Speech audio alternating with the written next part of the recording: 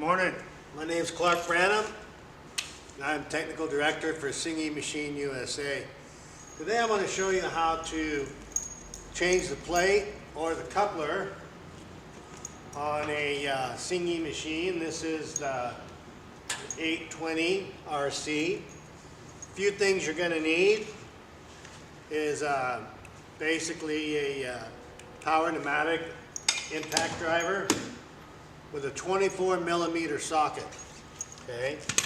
The other thing you're going to need if the machine's new is you're going to need a heat gun because you need to heat these bolts up because in the factory they're installed with a Loctite and they're very, very hard to remove for the first time. After you've removed them, it's pretty easy to get them out again. You can see I have a helper today. The other thing you're going to need is you're going to need a coupler. We have two styles. This is what comes on the machine. This is a flexible coupler, okay? And then this is what we call the rigid coupler. It's a lot stiffer and you can just tell the difference. One's black, one's yellow. Basically, you can change, of course, a plate if you're going to need to change a plate. We're going to start by heating these up. I'm just going to turn the heat gun on high and just start to heat these bolts up. Got to let them heat up for a few minutes.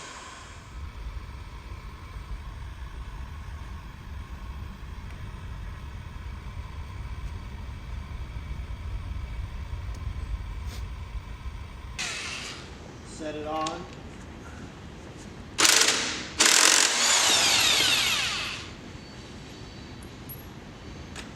And you have 3 bolts you need to loosen.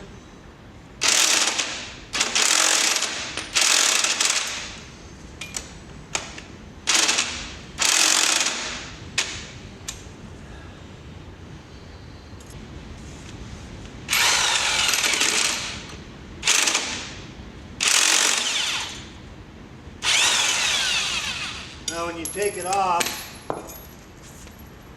you'll see you have 3 volts with a set of inside and outside washers. Okay.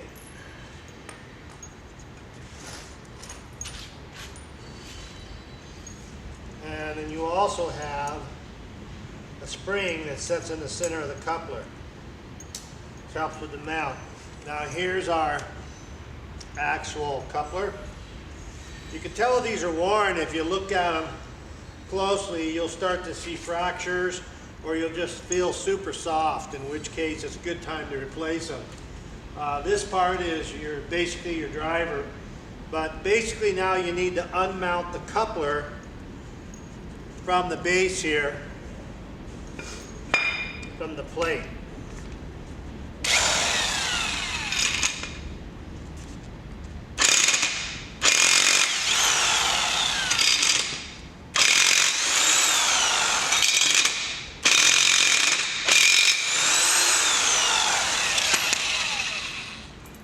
There we go. So now we have a plate that we can mount the new coupler to the plate and then of course back onto the machine. And as we get ready to remount the new coupler, you want to notice that you have 2 different lengths of bolts. See that? So the short bolt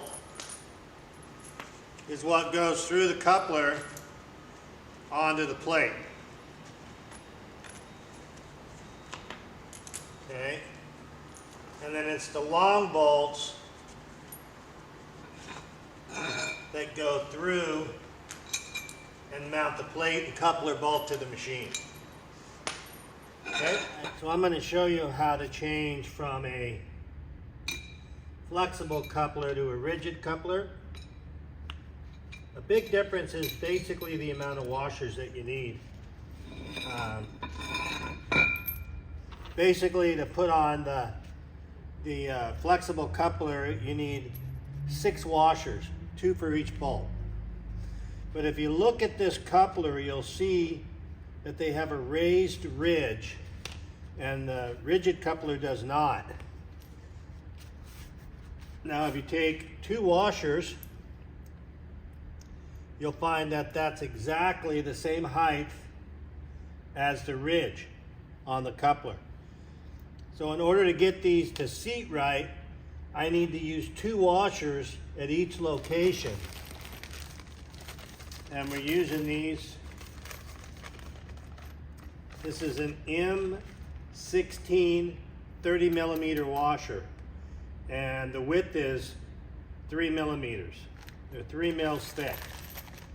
So that makes the washers nice and fat. And if I don't do this, what happens is my bolts are too long. So I actually need two underneath and two on top. And that makes up the difference. Now my bolts will be the right length. Okay? So now I'm going to take the rigid coupler and set it into place. There's two washers on the plate, and I'm going to thread these bolts in.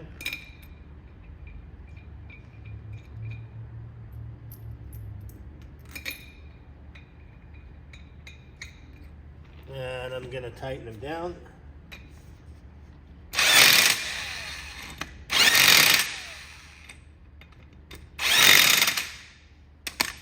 Okay, and now you can see we're flush with the plate on the inside, and that's what's important. So now with the center spring, this can go on the grinder just like before. The difference is you'll still need two bolts on the inside, or two washers on the inside to make up that difference. So I need to put two washers here, but I only need one on the outside. And these will bolt right back into place on the grinder. And then try to get it started by hand.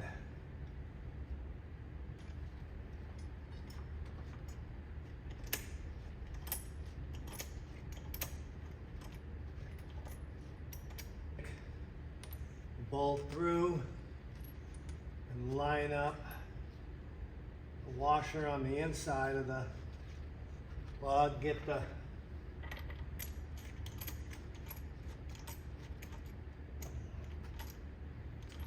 coupler started. It helps to rotate the head so you can see. And get started by hand. 24 millimeter socket.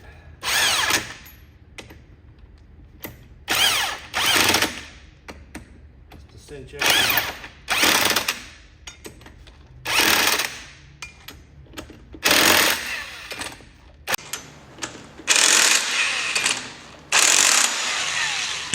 And there we go.